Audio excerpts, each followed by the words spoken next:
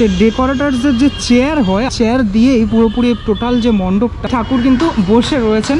ওপরের অংশটা কিন্তু জাস্ট ওয়াও, 13,000 চেয়ার। বেশ কিছু মানুষজনকে এখানে ওঠা নামা করবে এই চেয়ারগুলো। দিকে দিকে দুর্গাপুজোর প্যান্ডেলের জন্য যে বাঁশ, সে বাঁশ তো পড়েই গেছে। সাথে সাথে রাস্তাতেও, বিভিন্ন রাস্তাতেও কিন্তু এই যে আমার পিছনে দেখতে পাচ্ছ লাইটের জন্য গেট, সেই গেটও কিন্তু পড়ে গেছে।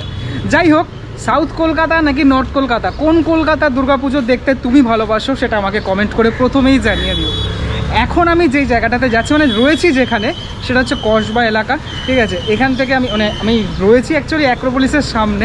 এখান থেকে যাব হচ্ছে বোসপুকুর শীতলা মন্দির, অনেকের পছন্দের পুজো। এবছর ঠিক কী করতে চলেছে তারা, সেটা দেখতে যাচ্ছি প্যান্ডেলটা। আর বোসপুকুর মানে সে ভাড়ের প্যান্ডেল, বিখ্যাত, সবাই জানো। এবছর কি হচ্ছে চলো দেখে আসি। এই হচ্ছে তোমার অ্যাক্রোপলিস। এখানে মানে বোসপুকুর শীতলা মন্দিরে আসার জন্য রুবি থেকেও আসতে পারো, বা আমি যেভাবে যাই সেটা হচ্ছে তোমার কালীঘাট মেট্রো স্টেশন থেকে আমি যাই, মানে বাসে যাই, অথবা বালিগঞ্জ থেকেও আসতে পারো। বালিগঞ্জ রেলওয়ে স্টেশন থেকেও বেশিক্ষণ একদম লাগে না। এই হলো বোসপুকুর শীতলা মন্দির বাস স্ট্যান্ডটা। মানে ওই যে এটা হচ্ছে মন্দিরটা, শীতলা মন্দির যেটা, আর পুজোটা হয় পাশের যে গ্রাউন্ডটা সেখানে। বোসপুকুর শীতলা মন্দিরের যে ব্যানারটা সেটা আমি দেখিয়ে দিই ফার্স্টেই। এটা হচ্ছে শারদ উৎসব 2023-এর ব্যানার, 74তম বর্ষ এবছর। যেখানে এখানে লেখা রয়েছে, মানে কারা কারা পুজোর সাথে জড়িত রয়েছেন তাদের নাম তো লেখা রয়েছে। এখানে ওপরে যে শব্দটা লেখা রয়েছে সেটা হচ্ছে সমষ্টি। এতক্ষণ তো শুধুমাত্র বাইরেটা দেখালাম, এবার চলো ভিতরে যাই, ভিতরে মণ্ডপ কীভাবে তৈরি হচ্ছে সেটা দেখি। আচ্ছা, এই হচ্ছে মণ্ডপের ভিতরের অংশটা। একদম দর্শনার্থীরা প্রবেশ করলেই যেটা দেখতে পাবেন, চারিদিকে দেখতে পাচ্ছি সে ডেকোরেটরসের যে চেয়ার হয়, আগেকার দিনে তো এই চেয়ার ব্যবহার করা হতো অনেক, সেই চেয়ার কিন্তু দেখা যাচ্ছে। প্রচুর চেয়ার রয়েছে এখানে, এদিকে ওদিকে চারিদিকটাতে চেয়ার দিয়েই পুরোপুরি টোটাল যে মণ্ডপটা সেটা কিন্তু সেজে উঠছে।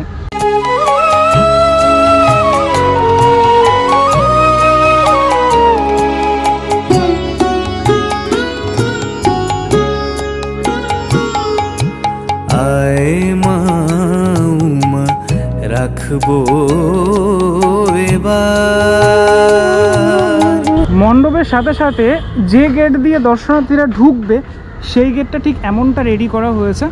আর দারুণ এখানে কাজটা করা হয়েছে কিন্তু, মানে লোহার এরকম স্ট্রাকচারাল পার্টের মধ্যে চেয়ারগুলোকে এরকম করে রেখে এরকম করে সুন্দর করে সাজানো হয়েছে। ওপরের অংশটা এরকম যে ফুলের যে পাপড়ি হয় বা পাতা হয় সেরকমটা রেডি হচ্ছে। সাথে সাথে আমি দেখতে পাচ্ছি এই জায়গাটাতেও একটা এরকম কাজ রয়েছে, যেখানে কিন্তু চারিদিক, এটা পুরো লোহার, চারিদিকটা এরকমটা রেডি হচ্ছে। চেয়ারগুলো মনে হয় ওই দিকের অংশগুলোতে রয়েছে। এটা এখনো কাজটা রেডি হয়নি, পুরোপুরি কমপ্লিট হলে কিন্তু এটা হেভি লাগবে দেখতে। রাখবো এবার ছেলের সাজে সাজিয়ে তোরে, ও মামার কাছে তুই রইবি রে তুই। মণ্ডপের এই সাইডটাতেও এরকম অনেক চেয়ার রয়েছে, যে চেয়ারগুলো আপাতত এরকম করে রাখা। আমি জানি না এইগুলোকে কেমন করে ঠিক ডেকোরেট করা হবে। আপাতত ফুল মণ্ডপটা তো এটা, বাইরের অংশটা এরকম লোহার যে স্ট্রাকচার বা লোহার যে বিষয়টা দিয়ে এরকম করে রাখা রয়েছে। মানে এইটা তো খুলে নেওয়া হবে, তারপর মূল মণ্ডপটা দেখতে পাওয়া যাবে। কিছু চেয়ারের মানে এরকম ভেঙে গিয়েছে, ঠিক আছে, কিছু চেয়ারের যে বসার যে জায়গাটা সেই জায়গাটা ছিঁড়ে গেছে। সে সমস্ত চেয়ারকে কালেক্ট করে, আগে এইসব চেয়ার ব্যবহার হতো বিয়ে বাড়ি থেকে বিভিন্ন রকমের জায়গায় এই সমস্ত চেয়ার ব্যবহার হতো। এখন আর তো দেখাই যায় না টোটাল এই চেয়ারটা, উঠেই গেছে বলতে গেলে। এই যে হারিয়ে যাওয়া জিনিস যেগুলো আর দেখতে পাওয়া যায় না, সেগুলোকে নিয়ে কাজ করা, এটা কিন্তু আমার বেশ ভালো লাগে। যাবি না শ্বশুর ঘরে। আচ্ছা, মূল প্যান্ডেলের সামনে এই যে জিনিসটা তৈরি করা হচ্ছে, মানে লোহার স্ট্রাকচারাল পার্টের মধ্যে ওপরের যে চেয়ারগুলো রয়েছে, নিচেও চেয়ারগুলো দিয়ে এরকম করে রাখা হয়েছে। এটা হচ্ছে গ্যালারি দেখানো হয়েছে, মানে গ্যালারিতেও কিন্তু চেয়ারের ব্যবহার হয়। আমরা যে ব্যানারে দেখলাম সমষ্টি লেখা রয়েছে, কিছুদিন আগে আমরা দেখেছিলাম ব্যানারে লেখা ছিল আয়োজন, সেটা একদম ইনিশিয়ালি লেখা ছিল আয়োজন। যে কোনো আয়োজনের জন্যই কিন্তু চেয়ার ব্যবহার হয় এখানে, তাই জন্য এই চেয়ারটাকে ব্যবহার করা হয়েছে। এবার সকলের মনে একটাই প্রশ্ন, যে এত যে চেয়ার ব্যবহার হয়েছে, কত চেয়ার এখানে রয়েছে? এখানে প্রায় 13,000 চেয়ার কিন্তু ব্যবহার হয়েছে টোটাল মণ্ডপ জুড়ে। 13,000 চেয়ার, একদম ঢোকা থেকে শুরু করে যত কাজ রয়েছে সমস্তটাই আমি বললাম তোমাদেরকে। এবার ভিতরটাতে আমি ঢুকবো, তবে ভিতরটা ঢোকার আগে টুইস্ট কিন্তু রয়েছে বাইরেতে। অনেক লোহার ব্যবহার করা হচ্ছে এখানে, দেখতে পাচ্ছ লোহার বিভিন্ন রকমের রডগুলো রয়েছে এদিকে সেদিকে।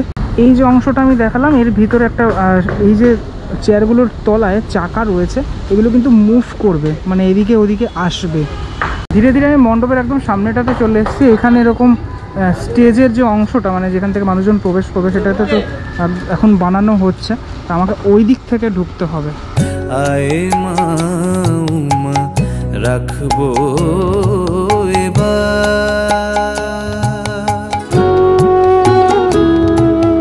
ভিতরটা আমি যে ঢুকবো এখানেও প্রচুর চেয়ার রাখা রয়েছে। এটা তো গ্যালারির অংশটা, ঠিক আছে।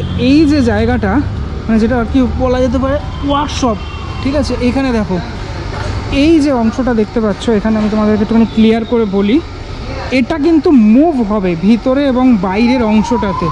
এখানে সেরকমভাবেই বানানো হচ্ছে ব্যাপারটা, ওপরে ওঠা নামা করবে, মানে ওপরে এবং নিচে ওঠা নামা করবে। এত চেয়ার, সত্যি আমি কোনোদিনও এত চেয়ার একসাথে দেখিনি। 13,000 চেয়ার অন্তত। বিভিন্ন চেয়ারের ওই যেটা আমি দেখালাম বাইরে থেকে, বিভিন্ন চেয়ারের ওপরের অংশটা নেই, ঠিক আছে, খুলে গেছে। এগুলোকে যে কালেক্ট করা হয়েছে এটা একটা বিশাল ব্যাপার। মা হওয়ার মা কি যে জ্বালা বুঝবি নে তুই গিরিবালা। এখানটাতে এরকম কিছু জিনিসপত্র আমি দেখতে পাচ্ছি, লোহার স্ট্রাকচারাল পার্টের ওপরে এবং লাল রঙের কিছু এরকম ফাইবারের সম্ভবত এটা এরকম রয়েছে। মণ্ডপের বিভিন্ন অংশে এগুলো ব্যবহার করা হবে। এগুলো আমি দেখার জন্য অপেক্ষায় আছি, এটা কবে থেকে আমি দেখতে পাবো এই মুভিংটা। এবার চলো মণ্ডপের ভিতরের অংশটাতে যাই, কিভাবে রেডি হয়েছে সেটা তো দেখি। বেসিক্যালি এটা থাকবে হচ্ছে এক্সিট পয়েন্ট। আমি এক্সিট পয়েন্ট থেকে এন্ট্রি করছি, কারণ এন্ট্রিতে তো ওনারা কাজ করছেন সেটার জন্য। এবার চলো ভিতরটা মানে গেলেই বোঝা যাচ্ছে এই জায়গাটাতে কাজটা কতদূর এগিয়েছে। এই আমি ভিতর চলে আসলাম। ওপরের অংশটা কিন্তু জাস্ট ওয়াও, আর কি বলবো আমি, মানে দারুণ রেডি হয়েছে। লাইট, মানে এখানে ট্রান্সপারেন্ট এই ব্যাপারটা কিন্তু ব্যবহার করা হয়েছে। এই কিছুক্ষণ আগে বৃষ্টি পড়েছে, জলগুলোও দেখা যাচ্ছে। আর এই চারিদিকটা কিন্তু এইভাবে সেজে উঠেছে পুরো চেয়ার দিয়ে। কি যে জ্বালা বুঝবি রে তুই গিরিবালা। সাথে সাথে আমি দেখতে পাচ্ছি বেশ কিছু মানুষজনকে, এখানে যে স্কাল্পচারগুলো এখানে রয়েছে কিন্তু বেশ কিছু মানুষের এই পুরো লাইন বরাবর এগুলো কিন্তু বসানো হয়েছে। কেন বসানো হয়েছে এটা আমি এবার তোমাদেরকে বলবো, কারণ যেহেতু আমি থিমের নাম বললাম সমষ্টি, এই এত মানুষের যে এখানে সমষ্টি হয়েছে, সেই সমষ্টির জন্য কিন্তু একটা ডিসিশান তৈরি হয়, ঠিক আছে। যে কোনো সমষ্টিগত নিয়ে একটা ডিসিশান তৈরি হয়, তার জন্যই এগুলো কিন্তু এখানে বসানো হয়েছে।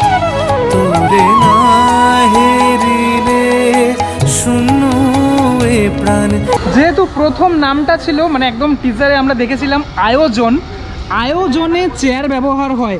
বিভিন্ন জায়গায় আমরা দেখে থাকি, যেখানে আমি দেখে থাকি আমরা চেয়ার ব্যবহার হচ্ছে, সেখানেই বুঝে যায় যে কিছু না কিছু হচ্ছে, হয় বিয়ে বাড়ি, নয় মিটিং মিছিল, কিছু না কিছু হচ্ছে।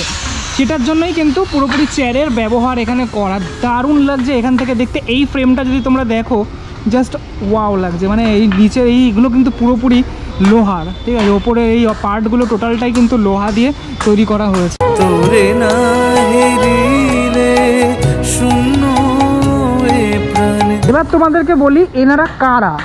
এনারা সমাজের বিভিন্ন স্তরের মানুষজন যারা এখানে রয়েছেন। সেখানে ডাক্তার রয়েছেন, পুলিশ রয়েছেন, শিক্ষিকা বা শিক্ষক রয়েছেন, বিভিন্ন স্তরের মানুষজনরা কিন্তু এখানে রয়েছেন, যাদের সমষ্টিগত, ওই যেটা আমি বললাম, যাদের সমষ্টিগত যে কথা, সেই কথাতেই কিন্তু ডিসিশনটা মেকিং হয়। এবার দুর্গাপুজোয় তো দুর্গাপুজোর সাথে সাথে তো ঠাকুরটাও দেখতে হবে নাকি।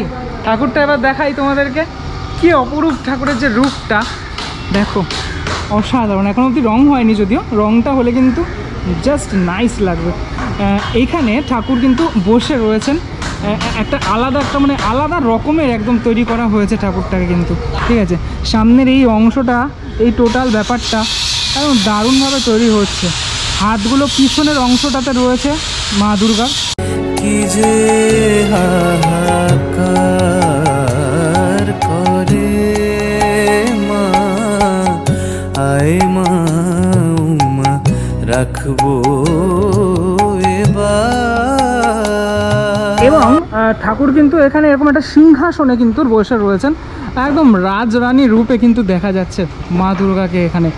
আমি একটুখানি বলি যে এটা যখন তৈরি হয়ে যাবে না, দেখতে জাস্ট ওয়াও লাগবে, মানে এত সুন্দর লাগছে। আমি সামনে থেকে দেখছি, তোমরা হয়তো লেন্সের ওপার থেকে দেখছো, কতটুকু বুঝতে পারছো জানি না। আমি গায়ে কাটা দিয়ে উঠছে যে পুজোর আগে আমি ঠাকুরটা দেখতে পাচ্ছি। ঠাকুর এই মজাটা, এই আনন্দটাই কিন্তু একদম আলাদা। এখানে সামনেই বাহন, মা দুর্গার বাহন সিংহ রয়েছে। বাকি কাউকে কিন্তু দেখতে পাচ্ছি না, তারা কোথায়? তারা কিন্তু তৈরি হচ্ছে। এই হচ্ছে বাকিরা, অর্থাৎ মায়ের যে সন্তান, তারা কিন্তু সকলেই এখানে রয়েছে। এখানে কাজ চলছে, ঠিক আছে। দাদা এখানে মানে শিল্পী নিজে রয়েছেন। ভালো আছো তো? রং তো আর জাস্ট দুদিনের মধ্যেই ধরা হবে? হ্যাঁ, মোটামুটি 2 থেকে 3 দিন বড় জোর। আচ্ছা, এর মধ্যেই আমরা কালার মানে যাব। আচ্ছা, মানে আমরা আমাদের যারা কাজ করছে এরা খুব স্পিডে চলছে সবাই, মানে এরা হচ্ছে আমার সহযোদ্ধা। আচ্ছা, এরা না থাকলে সম্ভবই নয়। একদমই তাই।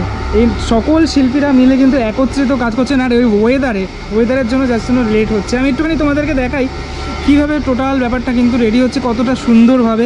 সকলেই কিন্তু এখানে আসন করে বসে রয়েছেন। খুব সুন্দর লাগছে দেখতে ব্যাপারটা।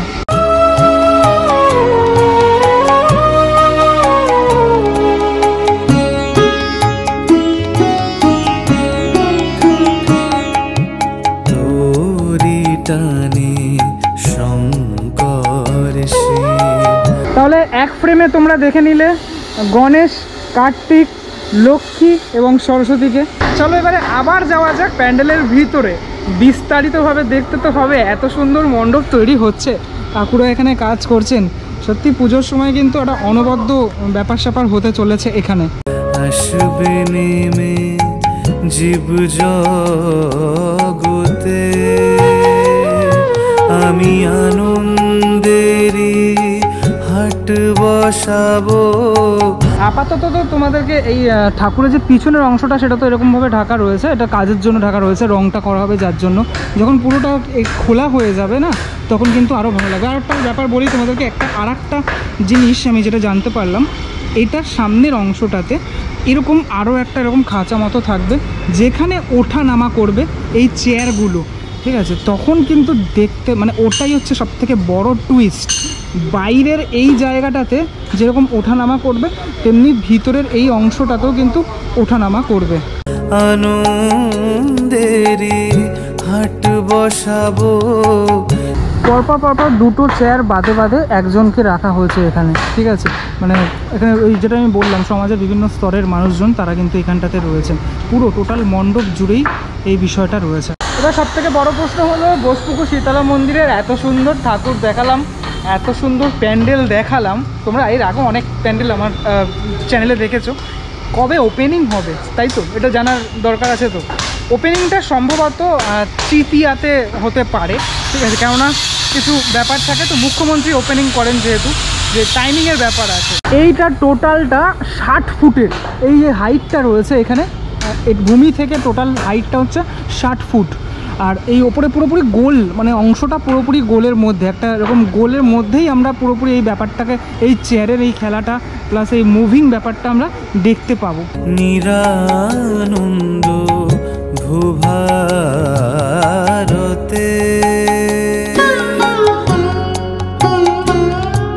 সব মিলিয়ে বলা যেতে পারে এখান থেকে আমি ফুল ফ্রেমটা ভালো মতো পাচ্ছি। সামনে যেহেতু একটুখানি ঢাকা রয়েছে, এখান থেকে কিন্তু বেশ ভালোভাবে বোঝা যাচ্ছে পুরো বিষয়টা।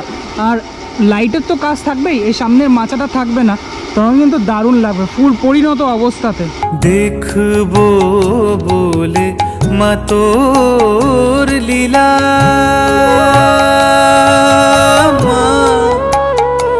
মা